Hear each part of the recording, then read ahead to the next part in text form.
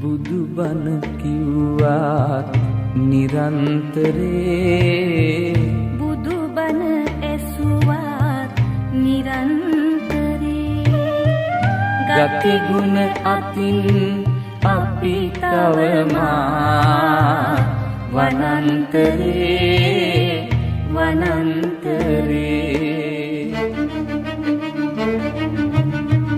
බුදු බණ කිව්වත් නිරන්තරේ බුදු බණ ඇසුවත් නිරන්තරේ ගති ගුණ අතින් අපි තවමා වනන්තරේ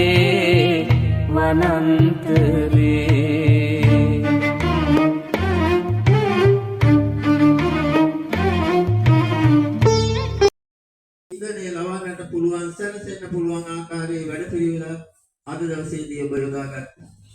අපි දන්නවා මේ මෑත කාලයේ සිදුවෙච්ච මහා ඛේද වාචකය. ඒ ඛේද වාචකයේ තුල සුබ දවසක් මහත්තයා. මම සී ඕල් රවුන්ඩ් YouTube channel එකෙන් මට ආරංචි වුණා ඔයගොල්ලෝ ලේදන් දීම වැඩසටහනක් කරනවා කියලා. මේ කවුද මේක කරන්නේ? මේක සොඳුරු මිතුරු හවුල තමයි කරන්නේ. සොඳුරු මිතුරු හවුල. මේ කොච්චර කල්ද පටන්ගෙන? මේ අවුරුදු 10 පිරිමින් ඉඳන් තමයි අපි මේක අවුරුදු 10ක් වෙනවා ඒක පටන් ගන්න නේද? සාමාන්‍ය සමාජිකයෝ කී දෙනෙක් වගේ ඉන්නවද ඔයගොල්ලෝගේ? ඒ ඉන්නේ සමාජිකයෝ 20ක් ඉන්නවා. ඒකට මේ පළවෙනි වතාවට තමයි ලේදන් දීම වැඩසටහන පටන් ගත්තේ. ඔව් මේ වගේ වැඩසටහනක් පළවෙනි වතාවට. ඔව් මේ ස්ථානය ගැන පොඩ්ඩක් කියන්න පුළුවන්. මේ ඇඹිලිපිටිය මොරකැටිය පාරේ මොරකැටිය පාරේ සක්‍රිය අධ්‍යාපන ආයතනයේ නම් සක්‍රිය අධ්‍යාපන ආයතනයේ. ඔව්. අධ්‍යාපන ආයතනයේ මේකට සම්බන්ධ නැහැ. මේක මගේ නිවසේින් මෙතන ගත්තා. ඒ නිසා. මිතුරු හවුල වෙනට යවන්නේ. ඒක මොකක් හරි ප්‍රධාන අරමුණක් තියෙනද මේ ලේදන් දීම? අපේ 10 වෙනි වසර සම්පූර්ණ වීම නිමිත්තෙන් තමයි මේක කරන්නේ. 10 වෙනි සංවත්සරය නිමිත්තෙන් තමයි ගන්න. ඒකට අර ආපදා ඒ මොකක්වත් ඒකට සම්බන්ධයක් නැහැ නේද? හරි හරි. කමන්නේ කොහොම වුණත් ඒ නිමිත්තෙන් ඒකත් තේමාවක් තියෙනවා. ඒකත් තේමාවක් කරගමු අපි නේද? ඒකට මේ කොහොමත් යනවා නේද? හරි. එතකොට මේ සම්බන්ධයෙන් අපේ හොස්පිටලයේ දායකත්වයක් තියෙනවද? අනිවාර්යයෙන්. ඔව්. කියන්නේ කලින් ඕගොල්ලෝ දැනුම් දුන්නද හොස්පිටල් එකට? මාස 4කට 5කට විතර කලින් තමයි දින නියම කරගෙන සැලසුමක් එක්ක පටන් ගත්තේ එතකොට නේද? හරි. එතකොට ඔයගොල්ලෝගේ තව සමාජිකයෝ ඉන්නවද? සභාපතිතුමාද ඔබතුමා භාණ්ඩාගාරික වශයෙන් මේකේ කටයුතු කරනවා. කරුණාකර ඔබේ නම කියන්න පුළුවන්ද? සුබසිරි ගෙදරවත්. සුබසිරි ගෙදරවත්. හරි.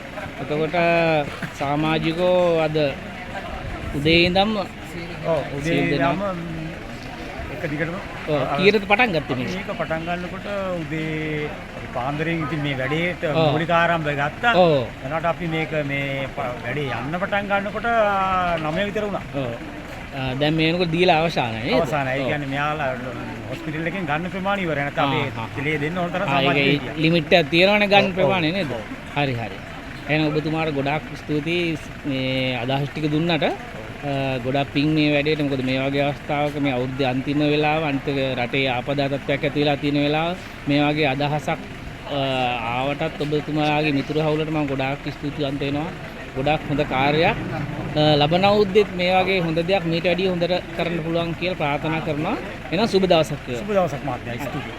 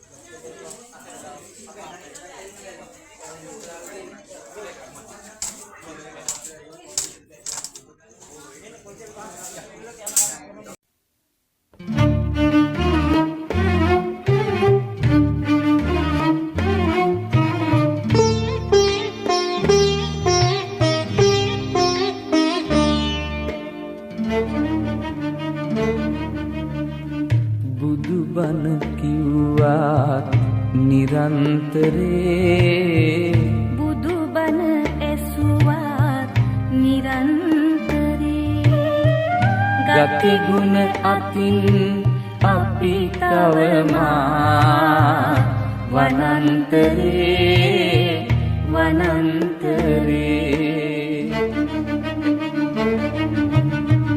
බුදුබණ කිව්වා නිරන්තරේ බුදුබණ ඇසුවාත් නිරන්තරේ ගති ගුණ අතින් අපි තවමා වනන්තරේ වනන්තරේ